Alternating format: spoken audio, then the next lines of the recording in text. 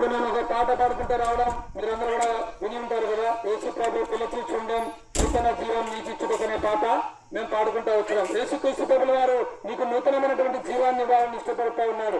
ఎందుకు నూతన జీవితం అంటే మానవుని హృదయంలో పాపంతో నిండి ఉన్నదండి.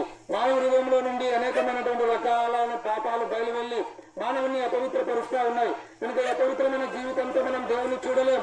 ఈ పవిత్రమైనటువంటి హృదయంతో మనం పరలోక రాజ్యం స్వర్గరాజ్యంలో మనం చేరలేం. ఈ అపవిత్రమైన హృదయంతో లోకంలో నెమ్మదిగా మనం బ్రతకలేం. కనుక మన జీవితం నెమ్మదిగా ఉండాలంటే మనకు పాపక్షమాపణ అవసరం. పాపక్షమాపణ పొందకుండా ఎవరు కూడా పరలోక రాజ్యం ప్రవేశింపనేరడని పరిశుద్ధ గ్రంథమైన బైబిల్లో రాయబడింది.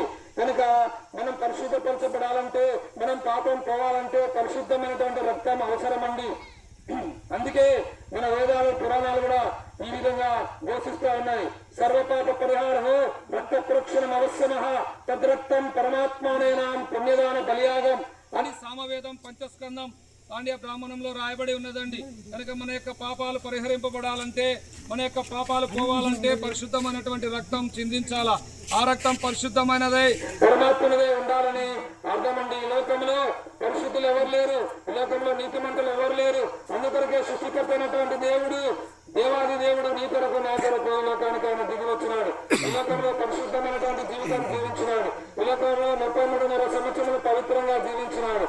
నాలో పాపం ఉన్నదని మీలో ఎవరైనా స్థాపించగలరా అని భూమి మీద సవాలు విచ్చుకున్న ఏకైక వ్యక్తి యేసుక్రీస్తు ప్రభుల వారు మాత్రమేనండి.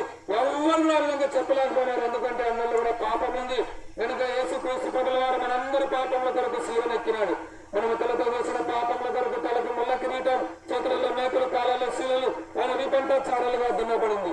ఏ పాపం మరుగని యేసయ్య మనందరి పాపంల కొరకు ఆయన శిలువలో మరణించినాడు, సమాధి చేయబడినాడు, 3వ దినాన మరణం జయంతి తిరిగి లేచినాడు, ఆ పరలోకానికి ఆరోహణమైనాడు. ఇక మధ్యాహ్న కాల సమయంలో ఈ మాటలు ఉంటున్న సోదరుడా, యేసు ప్రభు నిన్ను ప్రేమిస్తా ఉన్నాడు, యేసు ప్రభు నిన్ను పిలుస్తా ఉన్నాడు.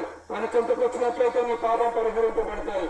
యేసు ప్రభు నేను పాపిని, నన్ను క్షమించు, నీ రక్తంతో నా పాపం కడుగు, నీ బిడ్డగా నన్ను అంగీకరించిన ఒక చిన్న ప్రార్థన చేస్తే చాలు. యేసు రక్తం ప్రతి పాపం నుంచి నిన్ను కడుగుతుంది, పవిత్రపరుస్తుంది, పరిశుద్ధపరచబడతావు. ఈ లోకంలో నెమ్మదిగా బతుకుతావు. ఈ లోకం ఉడితే పరలోక రాజ్యంలో యుగాయుగంలో దేవునితో కూడా ఉంటావు. అలాగే నువ్వు ఉండాలనేదే దేవుని యొక్క సంకల్పం. కనుక సమయం లేదు సోదరా, పరుగుని వేగమే. ఇదే రక్షణ దినం, నేడే నీ రక్షణ దినం. ఒకవేళ ఈ యొక్క మధ్యాహ్న కాల సమయంలో ఇది మాకు కాదులు అనుకుంటా ఉన్నావా? యేసుక్రీస్తు ప్రభుల వారు నిన్ను రక్షించడానికి లోకానికి వచ్చిన నీ రక్షకుడు, లోక రక్షకుడు, జగద్ రక్షకుడు. నిన్ను రక్షించడానికి వేరే మార్గం లేనే లేదు. యేసు ప్రభు మార్గం, యేసు ప్రభు సత్యం, యేసు ప్రభు జీవం. ప్రభునేశ్వరుని విశ్వాసం ఉంచుము, అప్పుడు మీరు మీ ఇంటి వారిని గొప్ప ఆత్మరక్షణ పాపక్షమాపణ పొందగలరు. యేసు ప్రభుల వారి గురించి మీకు ఇంకా ఎక్కువగా తెలుసుకోవాలని ఆశ ఉంటే ఇక్కడే కొల్లూరు గ్రామంలో పరిశుభ్ర ప్రార్థన మందిరం ఉంది.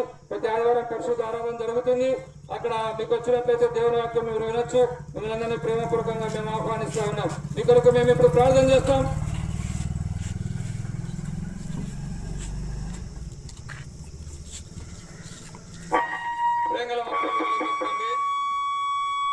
కొల్లూరు గ్రామాన్ని ప్రేమించి ప్రజలు ప్రేమించి గ్రహించిన వర్తమానం కొరకు వందనాలు.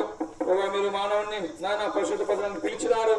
ప్రభావ మీకు వందనాలు. మానవుని పరిశుద్ధ పరిస్థితికి లోకానికి దిగి వచ్చి సెలవులో ప్రాణం పెట్టి తిరిగి లేచినారు. దేవానికి వందనాలు. ఈ సత్యం ఇక్కడ ప్రజలందరూ ఉన్నారు. ఏసాయ విన్న వల్ల మీ కార్యం చేయము, మీ చిత్తంలో మీ ఏర్పాటు ఉన్నారని రక్షించుకున్నాము.